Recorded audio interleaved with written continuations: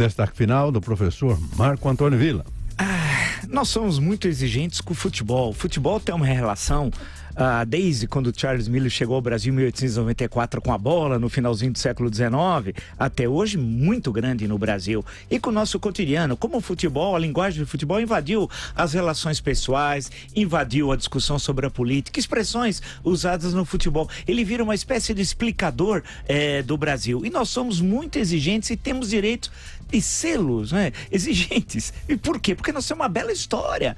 Né? Quantos grandes jogadores a gente não viu desde a nossa infância, assistindo jogos, quando nas nossas cidades, indo a campo, admirando um jogador. Quando jogava a bola, a gente, quando fazia um gol, falava que era aquele jogador, ou quando era um goleiro, no passado, a gente falava Gilmar, e a gente pegava a bola, tal, né? Porque isso está muito ligado a gente. Nós temos de ser exigente e exigir que a seleção brasileira jogue com aquele espírito que a gente quer, tal. Por isso das críticas, e as críticas não significa diminuir o valor da seleção ou ser pessimista, nada disso. Isso quem fala é quem não acompanha futebol, porque tem os copeiros que só conhecem futebol durante um mês a cada 4 anos, depois ignora o futebol tal. É necessário entender o significado do futebol. E aí nós temos uma literatura, eu gostaria de lembrar dois irmãos são fundamentais para isso.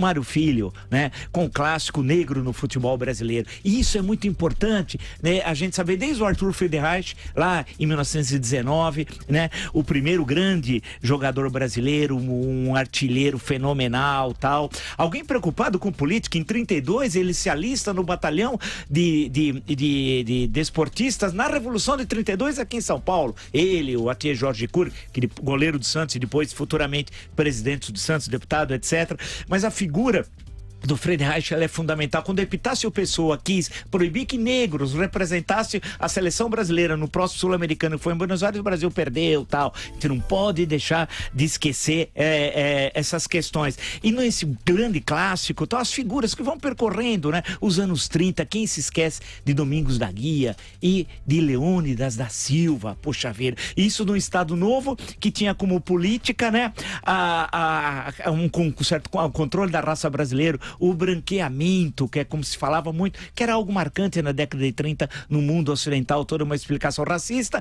e no Brasil quem era o grande ídolo? Era o negro, o Leônidas. Chegando depois a 1958 as figuras, né, de Garrincha e Pelé, né? Ou seja, você tá... Então tudo isso é muito importante. Então nós temos assim, uma belíssima história. E o Mário Filho retrata nesse clássico negro no futebol brasileiro, e o irmão dele, provavelmente o mais importante dramaturgo brasileiro, e alguém que conseguiu transformar o espetáculo o futebol num espetáculo, que o menos importante era a bola, né? O Nelson Rodrigues, tal, as grandes explicações que ele dava com o Brasil através do futebol.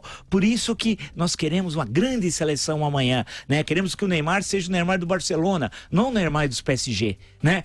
Queremos e que exigimos isso, um comportamento, não a questão da pátria, da bandeira. Isso é nacionalismo de fancaria, são oportunistas, não é questão, não, é a história do futebol brasileiro, que é outra coisa, que não tem nada a ver com a questão da pátria, da honra nacional. Isso são picaretas que aparecem aí, inclusive na crônica esportiva, querendo falar esse tipo de coisa. São aqueles que criticam o uso do VAR, não o uso do VAR no último jogo do Brasil, mas quando o Túlio fez o gol com a mão, podia fazer numa Copa América. A mesma pessoa que criticou que não usou o VAR, ficou alegre com o gol com a mão contra a Argentina. Então nós não queremos essa babaquice, esse discurso falso nacionalista. Nós queremos a seleção brasileira, que ela resgate a nossa tradição do melhor futebol do mundo.